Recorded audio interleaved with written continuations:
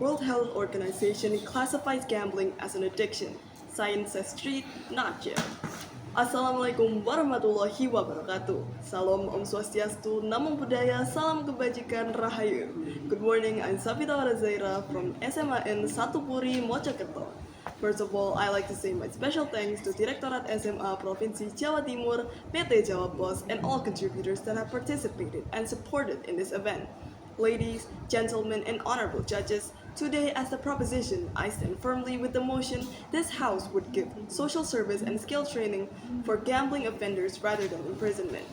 In this instance, social service means providing support and assistance. Skill training refers to the process of developing specific abilities required for effective performance in a particular occupation, and gambling offenders usually refers to people who are caught or punished for carrying out illegal gambling activities. For example, opening a gambling place without a permit, becoming a bookie, or participating in gambling.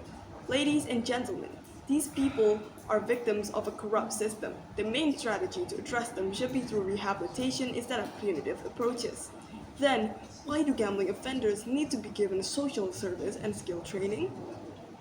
While most pathological gamblers, like most alcohol abusers, recover on their own, it seems likely that they are at greater risk for relapse than those who have been through successful treatment. Punishment doesn't stop addiction. Punishing gamblers doesn't address the root problem.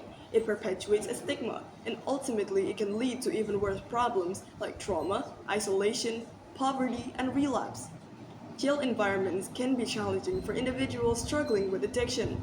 Exposure to other incarcerated individuals with substance abuse issues, limited access to support networks, and the stress of incarceration can increase the risk of relapse or worsen addiction-related issues. These institutions were never intended to be and can never function as healthcare providers. We should direct these gambling offenders to social services and skill training. For example, you can seek a professional help such as a psychologist or a therapist. You can personally call them or book an appointment through the nearest clinic or hospital. If you need a supportive environment, you can go to a treatment facility. For example, in Bali, there's a treatment facility called Savannah Bali. They offer things such as personalized programs, a supportive environment, individual and group therapy, and also support and self-help resources. If you can't afford a treatment facility or a psychologist, you can always contact a helpline, like in the US, the National Gambling Hotline at 1-800-GAMBLING or 1-800-662-HELP.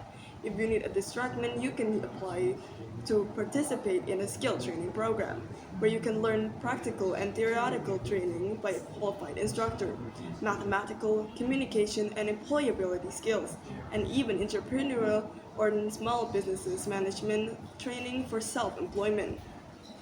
To avoid relapses, you can use prevention strategies such as identifying your triggers, building a strong support network, developing healthy coping mechanism, and removing access to gambling apps and websites.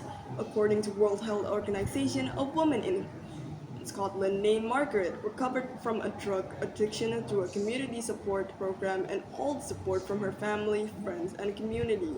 Instead of imprisoning offenders, here are some solutions I can offer. We can create rehab centers where offenders receive counseling, therapy, and support groups and pair them with social workers. We can offer offenders vocational training and link them to real jobs. If they can earn properly, the lure of gambling decreases. Therefore, gambling offenders should be given help through social service and skill training.